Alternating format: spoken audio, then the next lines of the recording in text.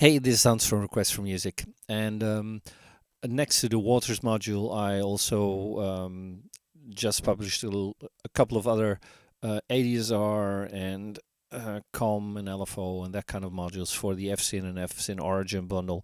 And you might be wondering why, because the only thing is it's not changing anything in the functionality. It's only changing the layout. Because what I had at first, if I look at an ADSR, for instance, I had something like this as a module, and I don't know exactly how that happened. I wanted to have the same kind of thing as I had in my original format, and the original format had large modules and small modules. So it had modules like this, and it had half-size modules. So first of all, I created it like this, and then already pretty soon afterwards, somebody asked if I could do two modules in one, so I created this. And then at some point, because I wanted to use two sort of cabinets to create the same kind of look as I had, I did something like take this to the bottom and put a slot to the top, so something like this, so it wouldn't leave a hole in there. And then suddenly at some point I thought, why the didn't I do something like this where I put both modules in?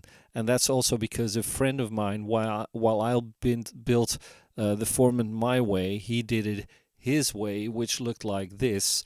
And I actually took that same sort of combinations, like the VCA with the ADSR, the LFO with with the ADSR, the COM with the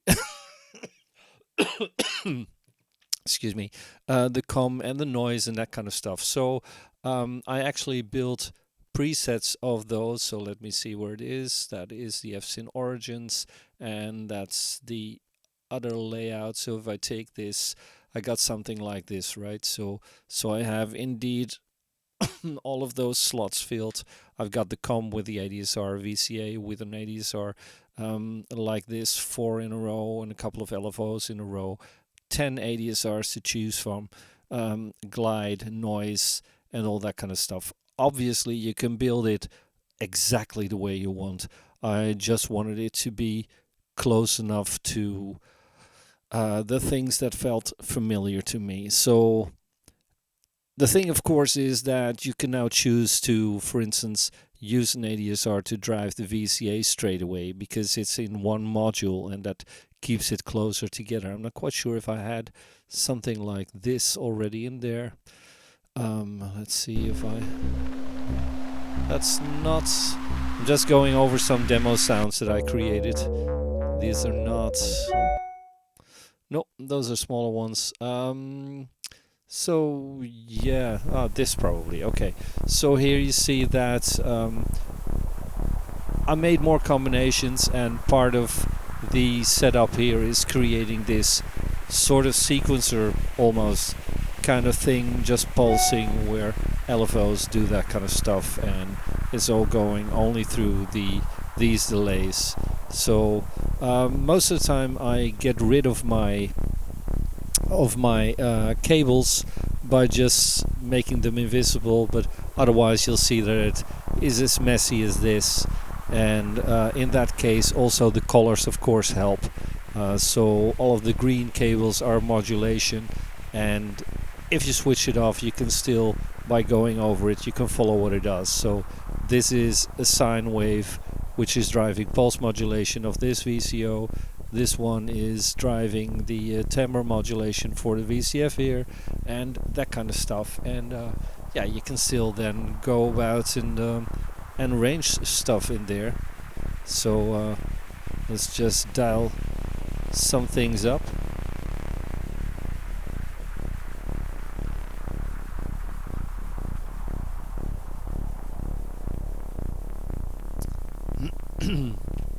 So yeah, that's actually the case. That's why I created those modules where you have both a VCA and an ADSR in there. And that will also help if you do something more simple, like sets up like these, where I now combine both of the VCOs and a VCF with those combinations of a VCA and an ADSR, and an ADSR with an LFO, because I want to use my LFO to drive my VCF, the envelope, while the ADSR, which is getting a gate, is driving the VCA. So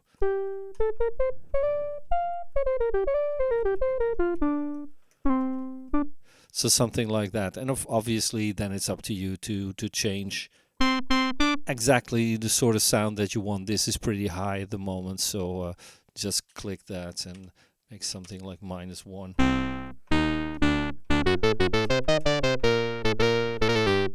So something like that. So just wanted to tell you why I did what I did, and I'll see you in a new one. So check back later. Cheers. Bye bye.